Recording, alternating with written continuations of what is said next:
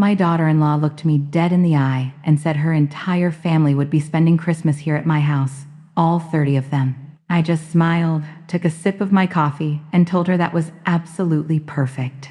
I let her know I was going on vacation to Aspen, and she could cook and clean for them herself because I am not her servant. Drop a comment and let me know where you're listening from and what time it is for you right now. I'd love to know who's part of our community. I am 72 years old, and for 4 decades, I worked as a master architect and historical preservationist. I spent my life calculating structural integrity, reinforcing foundations, and saving beautiful things from collapse. My husband and I built our sanctuary in an exclusive, densely wooded suburb of Minneapolis, Minnesota. It is a sprawling, historic stone and timber estate. After he passed away, the house became a quiet archive of our life together. It was meticulous, peaceful, and entirely mine. That was until 3 years ago, when my son Jonathan and his wife Samantha moved in under the pretense of a temporary 6-month stay to save money. I had always approached motherhood the way I approached my career. You absorb the stress, you support the load, and you do not let the structure fail. But the invisible architecture of enablism is a dangerous thing. When you allow capable adults to quietly transfer their life's weight onto your shoulders, you are not supporting them. You are subsidizing their weakness. Capable, independent people like me often tolerate these microtransgressions for years, treating emotional strain like load-bearing stress until the foundational beams finally snap. Over 3 years, they turned my historic home into their personal boutique hotel, complete with an invisible, unpaid maid. Samantha, obsessed with projecting an image of effortless wealth, never woke before 10 in the morning. She would leave her dripping coffee mugs on my late husband's antique mahogany tables, leaving whitewater rings that I silently wiped away. Every dirty dish piled in my custom stone sink, every muddy footprint tracked across the vintage runners, was a documented breach of contract. Jonathan, weak-willed and desperate to please a woman he could not afford, simply watched it happen. The daily disrespect became a chronic structural leak. I absorbed the damage quietly, paying their utility bills, cleaning their messes, and funding the illusion of their success. I thought I was being a resilient mother, but I was just a silent investor in my own humiliation. I was footing the bill for a subscription to a family dynamic that paid 0 dividends. I watched them scuff the original oak floorboards and complain about the ambient temperature, treating me like the hired help in the very sanctuary I had designed. But architects do not operate on emotion. We operate on data, and the data was pointing toward a catastrophic failure. I had spent years reinforcing a failing structure, hoping Jonathan would eventually locate his spine and act like a man. Instead, he had outsourced his entire existence to Samantha's superficial whims. I rubbed my eyes, trying to summon regret for my only son, but there was only clarity. This wasn't a breakdown of family love.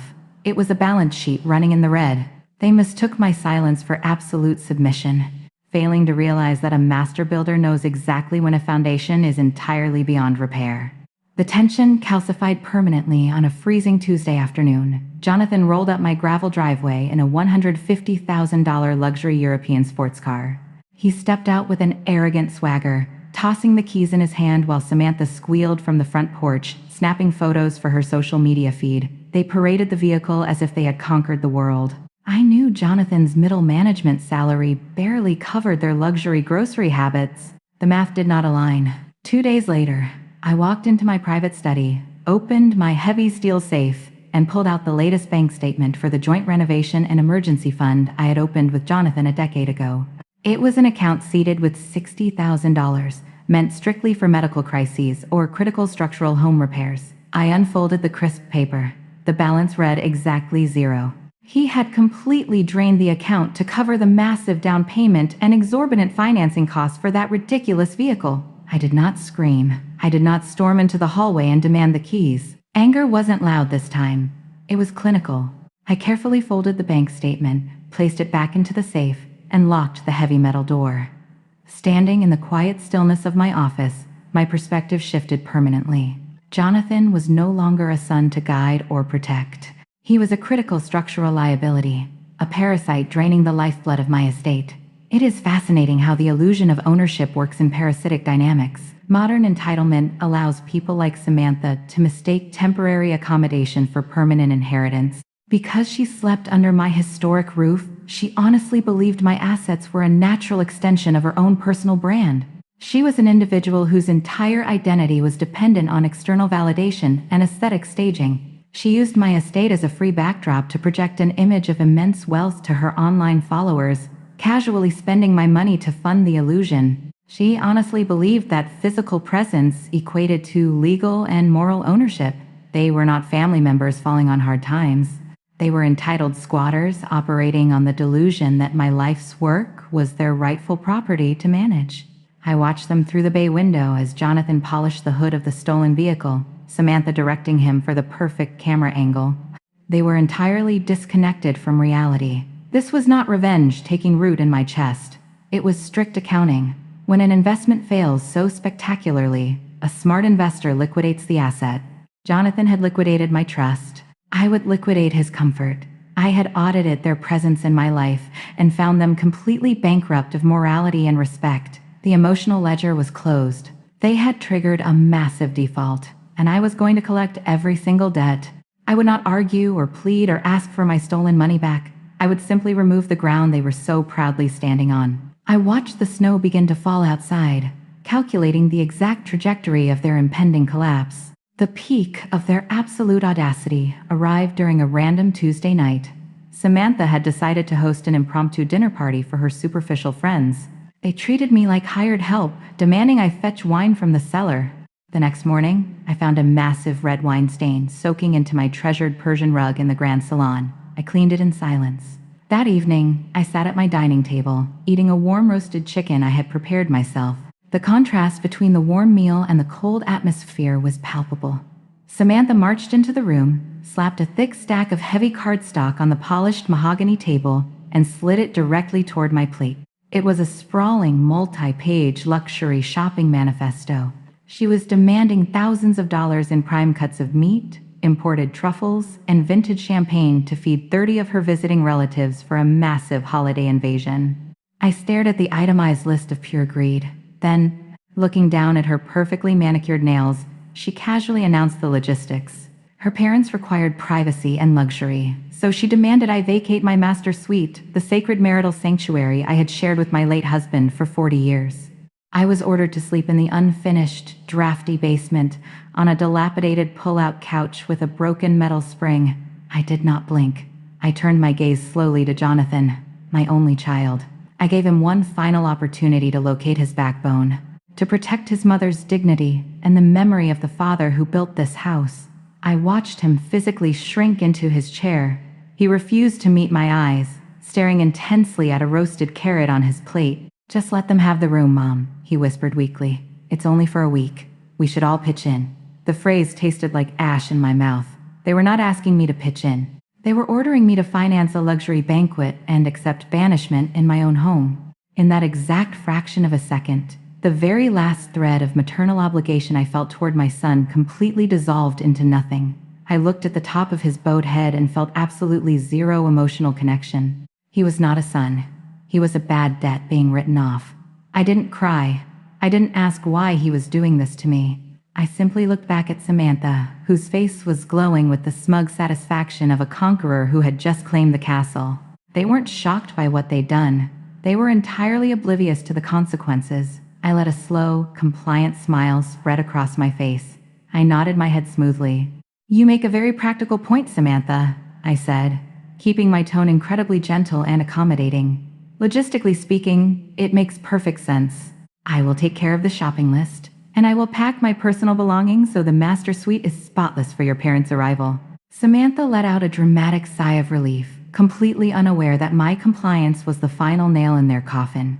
I left the kitchen and walked directly to my private study, locking the solid oak door behind me.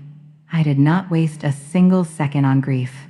I opened my laptop and immediately dialed the direct private line for Winston, my ruthless corporate real estate attorney. Winston was a cold, calculating shark in a custom-tailored suit who had spent 3 years advising me to cut Jonathan off before he bled me completely dry. "Winston," I said, my voice dropping to a low, clinical pitch. "You were right about the boy. Draft the severances immediately. We are tearing the whole structure down." After hanging up, I logged into my primary banking portal. For years, I had managed my finances with the exact same rigor I applied to designing steel support columns. Now, it was time to seal the catastrophic leak in my foundation. With a few rhythmic clicks of the mouse, I systematically removed Jonathan as an authorized user from all primary bank accounts. I revoked his transfer privileges and changed the routing passwords. He was instantly disconnected from the wealth I had spent a lifetime building. Then, I turned my attention to Samantha. She carried a supplementary premium credit card under my name, which she used to fund her endless vanity purchases. I did not cancel it immediately. That would give her warning. Instead, I waited until the exact evening of her massive holiday grocery shopping trip.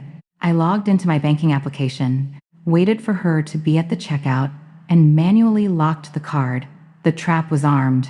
Over the next 2 weeks, I initiated the physical extraction. I needed absolute secrecy to prevent them from claiming squatters' rights or stealing my assets. I approached the problem like a structural illusionist. I visited cheap thrift stores on the other side of town, purchasing generic landscape prints and mass-produced ceramic vases. Every time I took down one of my late husband's beautiful oil paintings or packed away an expensive antique, I replaced it with a worthless discount knockoff. I wrapped 4 decades of sacred memories in bubble wrap and quietly transported them to a highly secure, climate-controlled storage facility under a corporate alias. Samantha was far too superficial to notice the details. She walked past the fake paintings and cheap glass bowls every single evening, completely oblivious to the fact that the soul of the house was being drained away right in front of her eyes. She actually praised me for clearing out old clutter to make room for her relatives, handing me the perfect alibi on a silver platter. By the second week, my sprawling, historic estate was essentially a hollow shell. The heavy oak furniture remained, but the drawers were entirely empty. I had removed the pillars, the beams, and the foundation. The only thing keeping their lives standing right now was the sheer momentum of their own ignorance. They were arrogant squatters dancing blindly on a trapdoor that I was about to open wide. I met Winston at a dim, dark wood-paneled steakhouse downtown. It was the kind of establishment where quiet conversations moved millions of dollars across tables before the appetizers even arrived. I did not order alcohol. I needed my mind functioning with absolute mathematical precision. Winston slid a thick manila folder across the smooth wooden table. Inside was a contract from a highly exclusive commercial real estate developer. For 5 years, they had been relentlessly pursuing my property, desperate to secure my double lot to complete a massive zoning block for a luxury retirement complex. I had always thrown their letters directly into the fireplace, viewing my home as sacred ground. But the sacred ground had been desecrated. There was nothing left in that house but 2 greedy parasites and a looming invasion of arrogant strangers. The developer was offering a multi-million-dollar cash purchase, no financing contingencies, no structural inspections, because they intended to bulldoze the entire estate into the ground. It was the cleanest, most lucrative exit strategy on the market. The financial terms are acceptable, I told Winston, keeping my voice entirely level. But the execution timeline must be modified. I have very specific parameters for the handover. Winston leaned forward, resting his forearms on the table. Name your terms. They are desperate.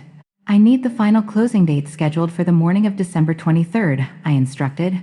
And the utilities are the critical structural component. I want my name completely removed from the water, gas, and electricity accounts the moment the deed transfers. Winston stopped writing. He looked at me with a mixture of professional awe and genuine shock. Brenda, he murmured, if we transfer the utilities to a commercial demolition company on December 23rd, corporate protocol dictates an immediate hard shutoff.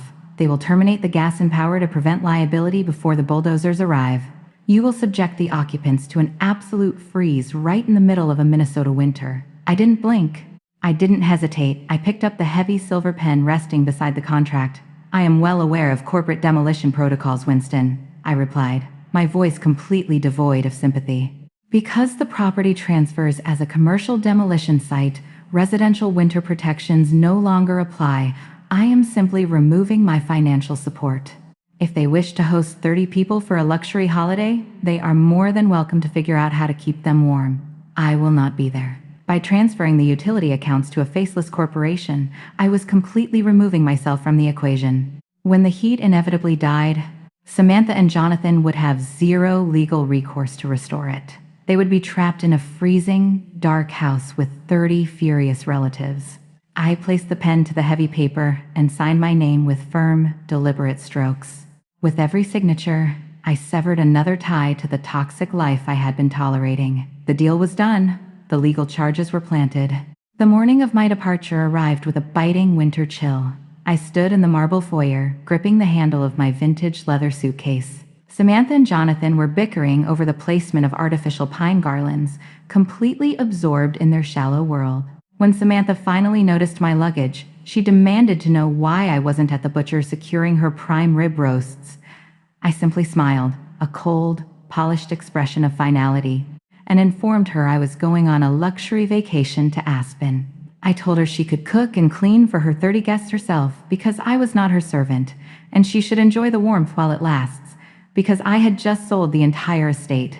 Her face drained of color, fracturing her constructed reality, as I stepped out the front door and into my waiting private black town car. I didn't look back. 2 days later, perched in a plush leather armchair beside a roaring cedar fireplace in my Aspen ski lodge, I watched the execution unfold digitally. My phone rested on the polished wooden table. At exactly 6:45 in the evening, the red alert flashed across my banking application. It was an attempted charge of $8,500 at the most elite downtown premium grocer in Minneapolis. Right beneath the total amount was the glorious status update. Declined. I let out a soft, clinical laugh. I could visualize the scene with absolute architectural precision. Samantha would have aggressively navigated the crowded aisles, piling 3 separate shopping carts high with oversized prime rib, imported French brie, fresh black truffles, and vintage champagne. She would have sauntered up to the register, acting like royalty, entirely secure in the false knowledge that my bank account was footing the bill. The teenage cashier would have swiped the supplementary card. The terminal would have issued a harsh, sharp rejection. Knowing Samantha's arrogant pride, she would have scoffed, confidently demanding they run it again. My phone vibrated a second time. The exact same amount, the exact same status, declined. The pristine, flawless image she fought so desperately to project was publicly shattering in the middle of a crowded supermarket. The line of wealthy, impatient holiday shoppers stretching out behind her would be shifting uncomfortably, whispering and staring. The humiliation of walking away empty-handed in front of her peers would be a fate worse than death. She had no other option. She was forced to open her designer wallet and retrieve her own personal credit cards, the ones carrying horrific interest rates and massive rolling balances. She had to swipe her own plastic, absorbing the catastrophic financial blow right there at the register to feed the 30 relatives she had so graciously invited. A few minutes later, my phone lit up with frantic incoming calls from Jonathan. I did not answer. I listened to his breathless, panicked voicemail, begging me to fix a massive bank error because Samantha was hysterical and they were entirely broke. I deleted the voicemail with a single tap of my finger. I did not transfer a single penny. I simply took a slow sip of my sparkling water. The first pillar had collapsed. The invasion commenced on December 20th. Through my remote security cameras, I watched 30 entitled relatives swarm my driveway, dragging muddy winter boots directly across the pristine marble tiles I used to maintain. They instantly overwhelmed the delicate aesthetic Samantha had desperately tried to manufacture. But the true catastrophic failure arrived on the bitter morning of December 23rd. A massive winter system stalled over the Midwest, plummeting ambient temperatures into the single digits.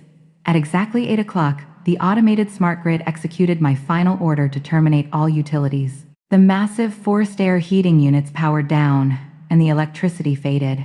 I listened to Jonathan's hysterical voicemails describing his call to the utility company, where a representative politely informed him that restoring power required the legal homeowner's authorization, which he did not possess. By the morning of Christmas Eve, the freezing temperatures inside had become entirely unbearable. The digital feed from my porch camera showed a commercial property manager and a locksmith arriving to officially secure the perimeter of the property. Samantha answered the door, shivering and utterly miserable, wrapped tightly in a dirty sleeping bag, only to be informed that the house was now legally owned by a commercial development firm. The absolute disdain from Samantha's family was instantaneous. Her pompous father loudly announced he would not spend another minute freezing in a stolen house while his daughter played a delusional game of pretend. The 30 relatives scrambled up the stairs, hastily packed their bags, and evacuated the premises in a fleet of premium rideshare vehicles. They abandoned Jonathan and Samantha in the freezing, dark foyer, surrounded by the shattered remnants of their false reality. Weeks later, I was sitting on the sunlit, wraparound balcony of my ultra-luxury Florida penthouse, purchased entirely in cash from the property sale.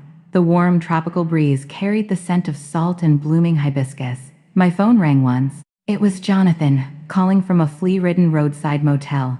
He sobbed into the receiver, begging me to wire them money for a small apartment, promising he would find a second job. I listened with complete emotional detachment. I reminded him of the basement bed he had cowardly forced upon me, informed him my role as his personal automated teller machine was permanently terminated, and told him to apply for a minimum wage job. I pressed end and permanently blocked his number. I leaned back into my plush lounge chair, the absolute silence of the penthouse wrapping around me like a warm embrace. What people often misunderstand about setting boundaries with toxic family members is the crushing societal guilt attached to the word family. We are conditioned to believe that blood grants an unconditional license for disrespect, exploitation, and abuse. Most people would excuse Jonathan and Samantha's parasitic behavior simply because they share DNA, whispering about forgiveness and patience. But the uncomfortable truth is that some relationships are entirely vampiric, and keeping them alive requires bleeding your own soul dry. The truth is, my story isn't a tale of petty malice. It is a masterclass in structural preservation. When a foundation is rotted by entitlement, you do not keep pouring expensive concrete into a sinking hole. You demolish the structure and walk away. Unconditional love does not mean acting as an endless ATM or an unpaid servant for adults who refuse to grow up. Sometimes, the greatest act of love, and the only path to self-preservation, is removing your support entirely, stepping back, and letting them face the gravity of the real world on their own terms. I've come to realize that forgiveness isn't always for the other person. Sometimes it's the only way to set yourself free. Drop a comment below and let me know where you're watching from, and hit like and subscribe if you believe that true peace begins the moment you stop financing your own mistreatment. Until next time.